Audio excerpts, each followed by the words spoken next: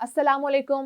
नया पाकिस्तान के साथ मैं हूँ मारिया जदो। नाज़रीन, 2014 का साल था जब अमरीकी रियासत ओहायो की अदालत में एक खातून जज ट्रेसी हंटर को घसीट कर हथकड़ियां लगाकर लाया जाता है और सख्त कैद बामुशक्कत सजा दी जाती है। इस जज पर इल्जाम था कि उसके भाई के पास आमदन से ज्यादा असासे थे और उन असासों को बनाने में उस जज की गैर कानूनी फैसलों का अमल दखल था।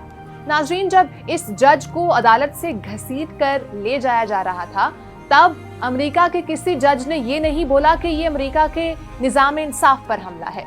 तब ये जज ट्रेसी हंटर भी चाहती तो शायद अपने साथ 10-12 जज मिलाती और ऐसे कानून बना लेती कि इसके बाद अगर अमेरिका में कोई जज या उसकी फैमिली कोई करप्शन करती तो उसको पकड़ा नहीं जा सकेगा। मगर खैर छोड़ें। Number 1, you pay the cost of these proceedings. Number 2, you are to do not violate any laws.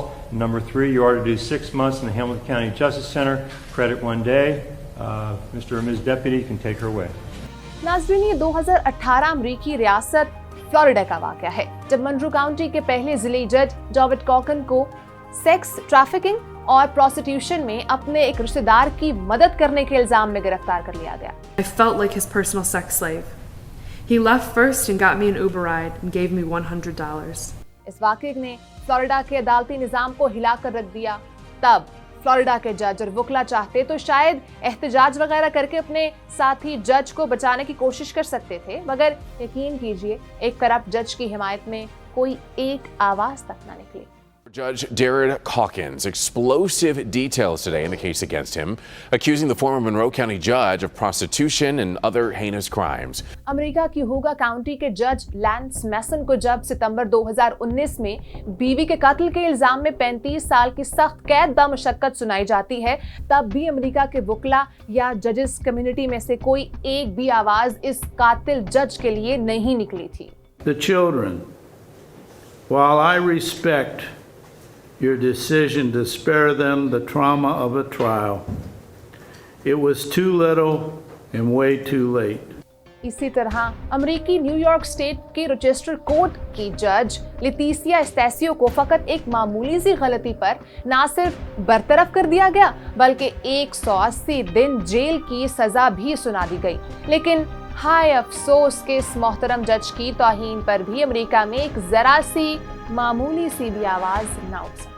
The former Rochester City Court judge sentenced to 6 months in jail for violating her probation. Australia में एक जज सिर्फ traffic कवानीन की पाबंदी नहीं करता तो उसको जेल भेज दिया जाता है। A former Supreme Court judge who wrote guidelines for sentencing drink drivers has pleaded guilty to being over the limit himself. Roderick Howie was charged with mid-range drink driving last month after causing a serious car accident in Sydney's northwest. याद रहे, दुनिया के बहुत से ममालिक में ये कानून है कि अगर कोई जज गलती करे तो उसे आम आदमियों से ज्यादा सख्त सजा मिलती है। अभी पिछले साल की बात है कि अमेरिकी रियासत मिशिगन स्टेट की एक जज ट्रीसा ब्रेनन को अपनी तलाक के कागजात में रद्दो-बदल के इल्जाम में न सिर्फ फौरी गिरफ्तार किया जाता है बल्कि 12 घंटों के अंदर सजा सुनाकर जेल भेज दिया जाता है। The sentencing judge told Brennan she violated every oath she has taken to uphold the law and gave her the maximum 6 months. Which are utterly unacceptable for a person who took an oath many times or a couple of times to uphold the law, required others to tell the truth. नाज़रीन, ये सारे वाक़यात बयान करने का मकसद आपको ये समझाना है कि मुहज़्ज़िब दुनिया में कोई मुक़द्दस नहीं होता। पूरी दुनिया में ये असूल है कि कोई भी मुक़द्दस नहीं, कोई भी कानून से बालातर नहीं। चाहे कोई सियासतदान है, चाहे कोई फौजी है, चाहे कोई वकील है और चाहे कोई जज है, कोई भी जुर्म करता है तो उसे बराबर की सजा मिलनी चाहिए।